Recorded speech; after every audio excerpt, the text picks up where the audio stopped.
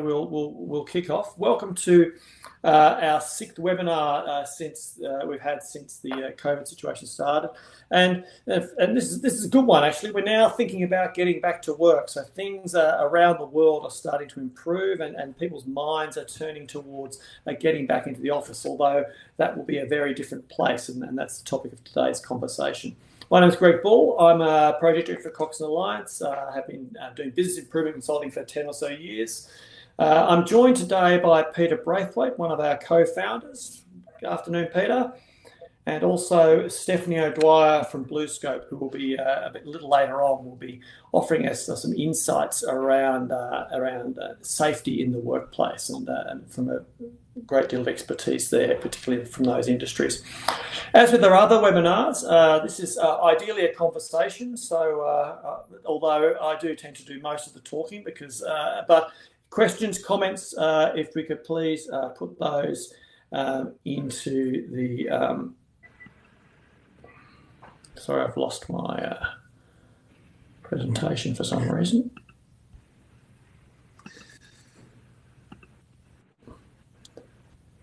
Okay, apologies for that. Yes, like a conversation, so if you could put the... your questions in, and someone will respond to those. And later on, actually, we'll be doing a Q&A with Stephanie, and so we definitely encourage you to put questions in there, in which we will put Stephanie will answer those questions. We're going through a lot of information today. I have been told that I do speak quite fast, so take lots of notes, and so we don't forget too much stuff. Today there's two real main aspects we're going to talk about. I guess the technical and housekeeping elements of returning to work, so all the stuff we have to do. About creating a safety mindset. So we're moving into a different situation, particularly in office space where there's a real safety issue. And so that's the real top flavour today, is how do we make that a habit and a behavioural thing? And then talk about how those behaviours and how as that mutual responsibility around ensuring that we all do stay safe when we return to the workplace. There are many elements to think about there. As I said before, there's the technical pieces and then the behavioural stuff. Being prepared for the return to work requires us to really focus on both. It's very easy to focus purely on the technical stuff and getting all those things in place. However, without doing the behavioural piece, you won't have the same impact you otherwise would have. Prior to kicking off, I'm going to do a very quick survey. What I'm really keen to understand and to help sort of shape the emphasis of today's conversation is where our headspaces are at in terms of returning to work. And so I'll set the survey up and running now. And if you could, you can select more than one. So if you can choose, so from your perspective as a manager, what are your concerns about going back to work? So I've got three choices there. Is it having the mix of managing both remote and home-based staff? Obviously, there's a safety element, and also we've seen a lot on the news actually about people's adoption or not of social distancing and those things. So how do we handle those situations in the workplace? Is that a concern you've got? And then as an individual, so if you're a manager, you are also an individual. And if you are an individual, you might have a view of what you think managers may or may not be thinking about. But I'm really keen to know how individuals are thinking. Is it about safety, about getting to work? Is it about whether you're going to be safe at work? Or are you confident that things are good and you'll be safe? So if you can get those, I'll give you a minute or so to keep putting those questions in, or those answers in, and get a real sense of where people's heads are at, and that will really help shape the conversation as we move forward. I'll give another, so we've got a few choices coming in. So it seems that most people are pretty keen to get back to the office and feeling good about it. And there's some concerns, equal concerns around people managing in two locations and safe workplace. So, okay, if I was an auctioneer, I'd be saying all done, all good, all silent. Let's end the voting now. And I'll just put these results up so we can have a look at those. So it appears that From a manager perspective, there's equal concern around, yes, you're going to have a mix of home-based staff, and that's a concern. So that's a good thing to be thinking about. Ensuring the workplace is safe, obviously that's top of mind. We're not so concerned about people not being able to practice safe behaviours in the office, so that's good. I think we've all had plenty of practice at that, so that's a good thing that will move forward. As individuals, most people are keen to get back into feeling good and feeling safe about going back to work. So that's really good to hear. So that suggests that we're doing a lot of the right things, and that there's a great deal of confidence within the community about that. Okay, so first of all, talk about the technical things, and this is really about the housekeeping. This is getting the stuff done that we need to do. It's about the building, about access, about social distancing plans, cleaning, disinfecting, and communications. So there's lots of information out there. So the governments are putting out lots of information. But also, if you've been online and looking around, there are many organisations, which are particularly those that have got operations in China, have been putting out some things they did in China in Wuhan and places like this, how they went about returning to work, and some of the things we've done. And so many of the topics that come up are, I guess, first of all, it's getting the building right. So Save Australia have put out some guidelines. So what are the legislative requirements we have in place? How many staff can actually come back to the building? Because with obviously the social distancing requirements, is not everyone will or won't be able to come back. So it's thinking about how many people can return and who those people are going to be, and which roles are, I guess, essential to be working from the office, and which roles can still be done from home, or do we mix it up a bit? And so that's something you need to think about. Setting up the work areas. I've seen quite a lot of information on the internet around creating a 4 metre office space. So understanding we've got one person per 4 square metres, and how do we set those work areas up? How are your workstations going to work, and how do we set things up? Obviously, cleaning schedules are going to change. I saw on the news yesterday in Victoria, there's a lot of money being put to schools in additional cleaning to ensure that every day, in addition to the normal cleaning that was done, there's additional cleaning done to ensure that if there was any infected people on the site, that hopefully that stuff gets cleaned and moved on for the next day to keep people safe. It will be the same in office buildings as well. Controlling access is another concern for organisations. Is how many entrances do you have? How many people should be arriving at any particular time? Do you stagger arrival times? How many people can go and travel in an elevator?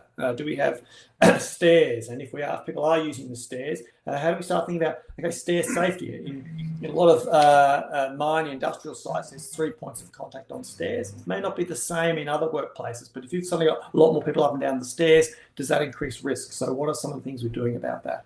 And then visitor protocols. If people are coming to your office, what's the protocols for them coming and going, deliveries, meetings, and that sort of thing. And so those are things that a lot of people are thinking about, and there's lots of information about that online as well. I think this is a really critical one. Is creating a social distancing plan and thinking about. I've seen a lot of information about creating traffic flows, workplaces creating one-way lanes around the buildings in order to maintain 1.5 metre separations. We've seen it in the supermarkets that there's line markings on the floors. Like you go to Bunnings and there's a queuing system with X's on the ground that you go in, and there's a limit of 4 people per aisle, that sort of stuff. So what other things we're thinking about putting in place in our workplace, particularly around choke points? There are obviously where there's convergence of corridors and walkways, is how are we controlling those and what are we doing about those? Meeting room numbers, obviously, meeting rooms of a certain size. So how many people can actually attend a meeting in person, and how many people may still have to dial in? They might even still be dialing in from our workstations and that sort of thing. I know with a client I'm working with at the moment, we've got some workshops planned, and yes, we're going through that, working out who the attendees are, and actually, because of the topics, we're going to have people coming and going at different times during the meeting to ensure that we maintain the right numbers of people in those meeting rooms. So it does create another logistical challenge that we used to just send out a meeting notice and everyone would just turn up, and often you'd have people piled up around the walls and have too many people in the meeting. Not anymore. It's going to be quite different. We'll just hold off on the questions for the moment, I think. The other thing is around about lunchrooms. I saw a photo recently from an organisation where they've got great social distancing things in place. However, the lunchroom, everyone decided to take lunch at the same time. There was a huge convergence of people for lunch and morning tea and those things. So you need to think about, okay, how do we handle lunchrooms, washrooms, and that sort of stuff, ensure that's in place. Particularly in reading about what's happening in China is there is the cleaning and availability of sanitizer. There's high touch points, so high traffic areas of high touch points, elevator buttons, those sorts of things. How do we maintain and clean and sanitize those? Another big consideration. And then also, as people working within the buildings, is what should we or should we not be touching and how often and those sorts of things. So we need to change our behaviours around that. So those things are all top of mind. So you get the building right, you have your social distancing plans in place, and then it's about, okay, now we're going to bringing people back into the building. So what do we need to prepare for those? Well, the first thing is, yes, there's going to be a mix of people. Some people are going to be at home and some people coming into the office. Who works from home, who works from the office? A number of the workforce might fall into those vulnerable categories. So how do we work with and deal with those? And particularly if those people might be doing essential office-based work, do we need to have any different protocols in place for them? Because of the limits of numbers of people in the buildings, arrival times, and that sort of thing, do we start to think about, okay, different shifts? If we have multiple sites and locations, there are somewhat organisations which are limiting people to, you work at this site or that site. We don't cross-contaminate. A number of organisations have got teams that start at different times and they don't cross over. So you're keeping that distancing in place so that if one team happens to be exposed, other teams are kept safe from that. And the same about moving up and down and around within the building. Are your systems ready? We've now moved everyone from to home from the office, and now some people are coming back. Do we have the systems in place to be able to cope with the collaboration that needs the working that we do from the office, and are those things set up? You'll have communication plans, and a lot of this will be around education, around policies and procedures. There'll be lots of signage and posters, and so this is all about getting the housekeeping right. So this is about setting us up to ensure that we're ready to move and ready to go. So good housekeeping is what I like to think is good housekeeping really enables people to be safe. You put everything in place to make it work. It creates the right physical environment. And the focus is really on property and separation. If you think about those things, keeping people separated and ensuring that our equipment and everything is as it should be. Where the rubber hits the road is around creating a safety culture and ensuring that, yes, we're safe, but at the same time, our safety measures don't become cumbersome and bureaucratic. We're still able to be efficient. We're still able to be effective. We're still able to meet our customers' needs. And this is really talks about the behavioural element around the focus of habits and behaviours. And it's for that reason that we've invited our guest presenter to join us today. And just as I'm about to talk, a fire engine's going past. Sorry if that's going across the ether to you. We, in the work we do, work in a range of different environments, from white collar through to mining and heavy industrial. And as we've been reflecting on the series of webinars and certainly the return to work, we've been thinking through these raft of environments we've been in. And that's why we reached out to Bluescope Steel, where we've done some work over the years. And Stephanie O'Dwyer has agreed to share some of the insights.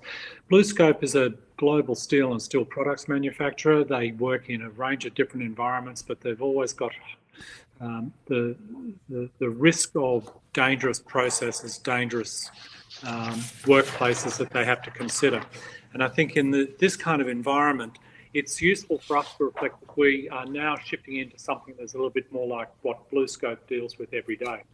So Greg, and we've asked Stephanie whether she would be prepared to have a conversation with Greg, and if you've got questions as it moves through, drop them into the chat box and we'll work our way through that. But it's useful to understand where an industrial such as Bluescope is heading, because they're in exactly the same position as everybody else. They're dealing with COVID-19, but they're dealing with it from a safety mindset. Greg, Stephanie? Stephanie, thank you for joining us today. Thanks for having me, Peter and Greg. Hi, Stephanie. Welcome aboard. My first question, I think, is what I'm really thinking about is I've just spoken about those housekeeping elements, and I can see those being quite mechanical in the way companies approach those. How do you turn those mechanics into habits and a behavioural change within an organisation such as Bluescope? Yeah, sure. Great question, Greg and Peter. You're making my kids in the back here look quiet compared to your fire engine, so I'm a bit happy. Yeah. Timing's everything. I think at times like these, it's really easy to latch on to and fall into it becoming a bureaucratic activity, like you said, Greg. So at Bluescope, we've really resisted the urge, or I guess built the systems and the processes, but also thought a lot about the people and how they behave as well. So we've tried to really resist in these early stages as we move into the recovery type phase of what business will look like is how do we not flood people with information? They're flooded with enough anyway when it comes to the media and information that's coming at them every single day. How do you make the messages kind of clear and concise? The role of leadership, absolutely so important around us as leaders understanding what the standard is and then communicating that and being so consistent in that communication across the board and demonstrating, leading by example, as we always say, demonstrating those behaviours. And how do we actually help people to comply and follow the right standards rather than making it a kind of a policing or fear-based activity, I guess it would be my first couple of really key points in that. Okay, so you talk about that's a good one. I think there is I saw an article I think it was on the Drum last night about people down in Bondi and whether or not they're collectively gathering and whether their gatherings are too big, and they had this notion of people sort of being dobbers, and I thought, well, in a workplace, if we particularly, I've been on a number of mining sites or heavy industry sites where we don't have it. There's not a dobbing culture of safety. It's much more inclusive. How can you explain how it works and how that develops in somewhere like Bluescope? Yeah, I think you need to be really careful of that. It's something that can happen really easily. Obviously, like I said, leadership is so key in setting that standard and creating that trust among the team of care and almost psychological safety, I guess, if I can use that word, which is that ability of teams to feel like it's safe to raise a concern. It's safe to talk to a colleague about their behaviour or to raise that with a boss, and not to feel like there's going to be that fear of punishment or how that's all going to impact everyone if we actually raise it. So the leader's response, I think, is absolutely key in not creating that kind of that dobbing type of culture. So something that we've been talking more and more about at Bluescope is your first response matters in how you respond initially to people when they want to come and talk about things. And not turning it into we're going to record this as an incident, put it in the system, and now, this person's going to get in trouble for not following the standard. But at the same time, I think you can't ignore it as well. So at a dangerous industry, if no one's calling it out, then things can. I love the saying that the behaviour you walk past is the behaviour you endorse, and so I think it's about. And I've been at sites where if you as soon as you step out the door, you're meant to have your PPE on, your glass, and that sort of thing. And it doesn't matter who you are. Someone will say, "Hey mate, you forgot your glasses," or "Where are your gloves?" And so it's expected for people to sort of have that, and it's not as you said, it's not a slapping type activity. It's about a reminder. It's about saying, "Hang on, we're all in this together. We're trying to keep each other safe. Where are your glasses? Where are your gloves?" And I guess suppose in this instance, it's you didn't wash your hands. You didn't use a sanitizer. You're a bit close to me, and in terms of 1.5 meters. Absolutely. And I think it's so important to think about the leader's mindset at that point in time. So when I go out into the office or into the environment and walk the floor with the team and see what's going on, that I'm not going with my clipboard like I'm a policeman trying to catch someone out, but I'm actually going with a mindset that I want to learn and understand what's really going on in my business and ask questions and maybe seek to understand if there's something that we're struggling to comply with here, if the social distancing isn't working in a certain part of our office or, this meeting room. Why is that? Why are people struggling to get their head around that particular aspect of it? Yeah. Social distancing aside, I think one of the things I really like about industries that is way safety becomes kind of BAU. So if you think about the things you do at Bluescope, what are the COVID aside? So what are the sort of things what would a normal day look like? How do we bring safety into the workplace on a daily basis at places like Bluescope? How do we make it top of mind and part of our thinking? Great question. And it's interesting, less and less at Bluescope, we're talking safety culture. We're actually just starting to talk culture. So a lot of the things we try and do is about integrating, not having it as a separate nice to do kind of thing. So a typical day for a lot of areas, in particular operational, will be starting the day with a daily toolbox that's not just about, to your point as well, Greg, the housekeeping or what's been happening, but what's the mindset of people? How are we all going? What's on for us for the day ahead? What are the impacts of undermanning or different things that are happening on that day on the people and the team? The visibility of the leader is so important around getting out from their desks and walking the floor and being visible. People knowing that if they see something that's not right or unsafe, to report it and escalate that, not just to sit on that. And then the immediate response of the manager to follow up and get back to people and report back on that following day on how things have actually gone. The visibility of senior leaders is so important as well. I think sometimes senior leaders can underestimate their role. So coming down or going to a different site, we need to find creative ways to do this during social distancing as well, when we're a bit limited in how much we can travel. To be visible in that business and check in and ask genuine questions that show care, that you want to learn and understand what's going on for people. Yeah, and I think what I've always experienced is a lot of those. It might be a toolbox meeting or it might be a weekly meeting. Is often safety, or the part of the safety is number one on the agenda, and yes. Often people talk about specific examples of such and such happened, and they talk about the reasons for an incident or a near miss or whatever, and it becomes a shared learning experience. And we do that. In my experience, we do that every single day, every single toolbox, every single meeting. There is some form of safety conversation.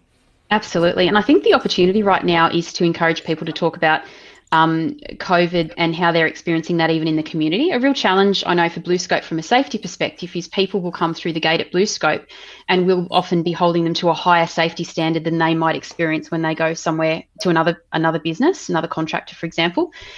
So encouraging people to even talk about that. So I was at the supermarket on the weekend and this wasn't happening, but to talk about, well, that's the standard we're trying to set in the workplace, and that there may be kind of forces pulling people away from that standard when they're not in the workplace.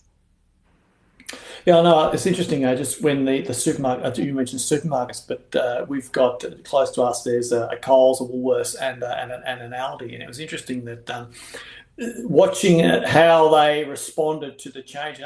My experience, Aldi had screens up and lines on the floor weeks before Coles and Woolworths did, and so I think our choice was to go shop from there because we felt safer because they'd put those things in place. They had a higher standard at that point of time, and now things have caught up. So with COVID, obviously at a mine site or an industrial site, you've got things like you're worried about, machinery and equipment and those sorts of things. The threat of COVID is a little differently. What's Bluescope's mindset and approach been to that? Having it's almost a lot of those things are visible hazards. This is kind of an invisible hazard. How's that been sort of dealt with? Yeah, it's been a really interesting one. We're fortunate at Bluescope, we've got some great structures in place that enact emergency response processes when something like this happens at all levels of our organisation. So even if you don't have those structures, I think putting them in place through this period is really important, because that's that communication to make sure you have the right people in the room talking about what needs to happen if you don't have that in place. Initially, and you and I talked about this before, it started out more as a health thing, where a lot of information was coming out from the government, from the health departments. It's turning into more of a safety response as Safe Work Australia release a lot of guidelines now. So we tried to stick to our safety kind of processes and response, enacting that emergency response process, reviewing and completing a risk assessment in response to think about what are we doing, what do we need to be doing, and then monitoring the information now that's coming out from Safe Work around how we're able to comply. So really tapping into some of our existing systems and processes, even down to the things we just talked about around the daily walk the floor and the toolboxes and the conversations, like you said, the safety share at the beginning of the day that now include that COVID aspect. There will be times in Bluescope's experience where, obviously we spoke this before about getting away from mechanical compliance to creating that sort of cultural mindset. Obviously, and you have a changing workforce. I imagine the workforce changes, you have contractors coming in, that sort of thing. What are some of the things we do to sort of help either new employees or existing employees that maybe sort of lost their way, for lack of a better word, in terms of sort of re-emphasising that the cultural element of safety, and it is about the greater good. Absolutely. That is a real challenge with the changing business in terms of even we've been on a big diversity movement, like many businesses at the moment, bringing very different people with different backgrounds into the organisation. Obviously, I've said it a couple of times, the role of the leader is so important, and the assumptions that we might make as leaders and as team members around what people know and how they're perceiving circumstances and risks, in particular with COVID, how we may all perceive that quite differently. I think it's really important around once you're not making those assumptions, being very clear on the standard, even to the point of overemphasising that. And explaining the why behind that, but then encouraging people to think and talk and process that for themselves. So what do you know and what does that mean for you? I think sometimes in safety, the risk can be to just slip into this robot kind of activity where we've got a procedure and a standard and we just manage to that and you just follow the rule. We really just need to help people to comply by getting them thinking, appreciating that they're going to make a mistake and they're not going to get it perfect all the time, and how do we learn from that and understand how we build some more safeguards into the workplace.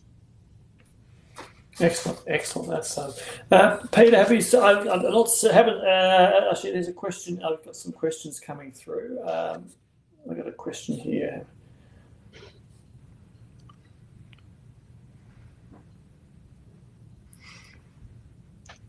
Okay, so there's a. Did you send a question from Russ about how much do we think this will expand beyond the workplace? I'm hearing more mental health issues and even suicide. If you'd like me to respond to that, part of my role is around health and wellbeing in Bluescope, which I'm really proud to be involved in. We're talking pretty much daily to our employee assistance program provider. I think it's going to have a massive impact. People with existing underlying issues, I think it will exacerbate. It's just my view, and the information we've got from our employee assistance program, and the impacts of isolation and feeling more disconnected, and people remaining at home for a bit longer.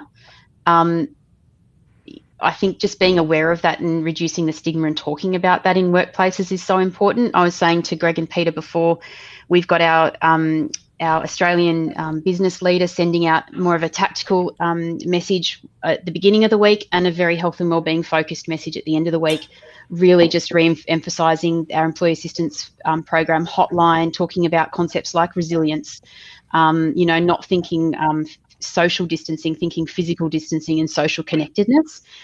We can't solve those problems, but we can get people talking about them in the workplace and identify higher risk employees who maybe you even need to transition back to the workplace a bit sooner.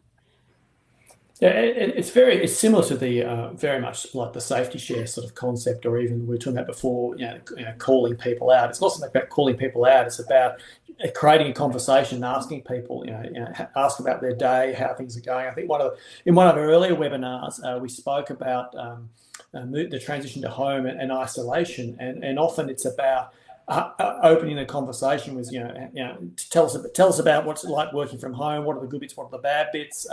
And you often find that's where people start to talk about those particular aspects. And you said make it top of mind and talk about it. It's no difference to say to someone, "Oh, we're struggling with our social distancing." It's actually, well, we've got a few people that are, we're not getting a lot of engagement from working from home. So what is it what's in terms of our safety share? How do we improve our engagement and overcome those feelings of isolation. So it's with most of this stuff, it's that I think we said this at the start. This is that mutual responsibility. Yes, we have some level of personal responsibility, but there's also that collective responsibility around ensuring that our teammates and our colleagues are safe, both from physically safe in terms of the immediate threats, but also some of those other types of threats, being with isolation or whatever it might be. And if anyone, if there's a silver lining to come out of this, I don't know about anyone on the call if you've struggled historically with talking about health and wellbeing in the workplace and making it a credible conversation. I think this is the perfect time, to really take that part of your business and culture forward around why would we talk about wellbeing at work. It's pretty clear right now, which is an opportunity. And Stephanie, I think it's an interesting insight coming from a steel manufacturer, because this is hardcore, heavy industry, and it's often physically difficult to have those conversations. But there's also a culture of blokiness there that I think everything's okay, mate, but it's not okay, and people are being more open about it. There has been some interesting initial research done on communities respond or coming back from infections, and a community will respond back from they'll come back to work, they'll come back to more normal behaviours if they have confidence about not getting infected. And so this is some initial research out of the States, interestingly enough. But the confidence about not getting infected is a difficult one, because it's both emotional and intellectual. And I think that aspect of the leaders stepping forward and articulating the risks we face, how we're managing the risks, understanding it, and that mutuality of saying, I understand I'm in the same position as you, and this is how I'm managing it. This is how I want to help you manage it. So I think that aspect of providing people that they feel safe where they are, they feel safe to articulate either a risk in front of them or a concern that they've got become quite important. Okay, not seeing any many more questions come through, so I might just keep running through the remainder of the got. And it's Steph, if you don't mind, I might throw to you every now and again for some input, if that's okay. Sure. So I think I guess we spoke about, so very sort of what I've sort of heard from our conversation is it's about creating a rhythm, and it's really about creating a mindset of safety that fits in and matches with your day to day, and it's really layering in the bits of COVID-19 that relate to that. And so step one, it's about having those housekeeping elements in place. I think. Explain the why. It's really important. It's not just it keeps us safe, but I think for specific activities, for instance, why are we washing our hands, and why do we take 20 seconds to wash our hands? Because that's what's required to remove the virus from our hands. And why are we keeping at these distances? Because the plume of particles can fit within a 1.5 metre radius. It's really important to why we're doing these things, why we help each other out. It's creating a purpose there. And building it into your operating rhythm. So we spoke about things like, and some of the things that I've seen, we spoke about today, might be Toolbox conversations.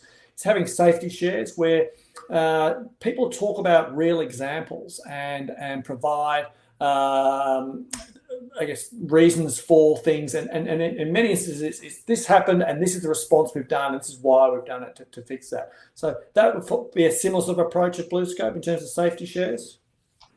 Yes, absolutely. Yep. And doing it on a regular basis. Yeah, some places they do it at all times. I think the other key thing is that I've underlined there, at all levels. It doesn't matter where you sit within an organisation. It's from the CEO down. We'll participate in safety shares. We'll do JSAs. We'll do some form of assessment. It's about that. It's a leader-led piece of action. There are simple things that organisations do on a regular basis, things like job safety analysis, JSAs, and take fires, which is a simplified version of. In each situation, it's really just thinking about making safety top of mind. Take a moment or two to think about the job we're about to do. Is it safe? Is it safe to proceed? What do we need to do or change? And then they'll be able to move on. And I think it'll be the same in this new era of COVID-19. Is there will be things that we need to think about.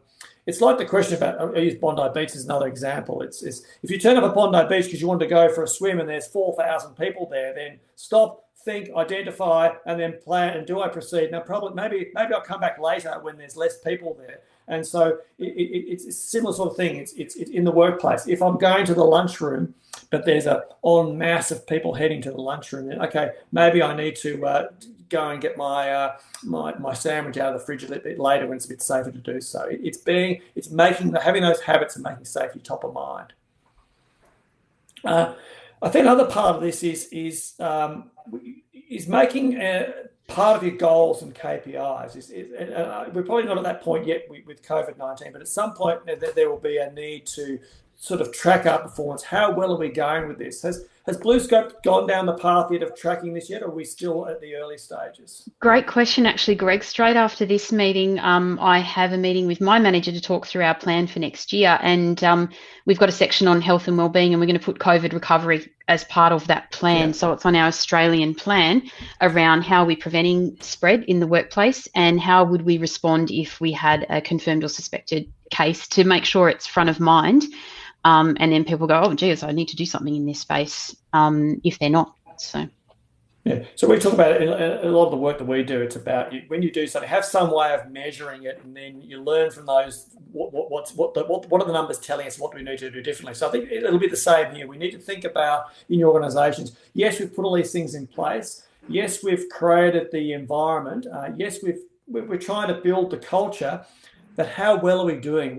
How can we measure that so we know we're doing a good job? And then if we're not, we can figure out how to improve. So I think thinking about how, once you put things in place and how you measure how well it's going will be important to how successful you'll be moving forward.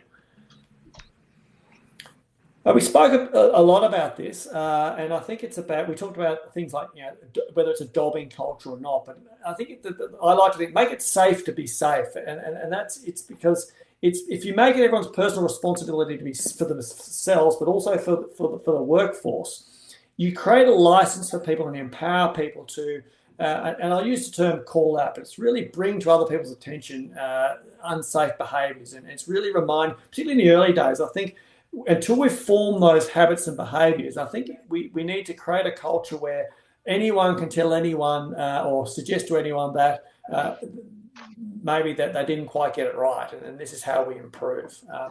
And we see that, as I mentioned before, at places like Bluescope, BHP, Rio Tinto, wherever it is. If you haven't got your PPE on, anyone, no matter who you are, can remind you and let you know that you're potentially in an unsafe situation. As Peter said before, by doing this and creating the culture, having the good housekeeping in place and having that culture in place, it builds confidence. We saw from the survey at the start that the bulk of the group here are feeling quite confident about returning to work and feeling safe. So obviously what we're doing so far in terms of the housekeeping and what we're being told by our organisation makes us feel safe. The proof will be in the pudding is then when we get there, it's does everyone adopt and make those things habits, or do we get complacent and move back? And I see Marcus put a question is, do you think there will be a second wave of risk? Absolutely, I think until COVID, there's a vaccine or COVID is eradicated, yes, there's always a chance of a second wave. And I think whether it's building these habits and behaviours that will prevent a second wave from occurring. If we're all as vigilant as we can be, and we can do the things need to be around social distance, sanitisation, and that stuff, we will limit the opportunity of further spread. So I think that a second wave is likely. I think, but history shows that second waves occur, and the extent and size of those will depend on how collectively as a community we are able to adopt it and maintain those behaviours until such a time that it's seen to be safe to to maybe drop our guards a little bit.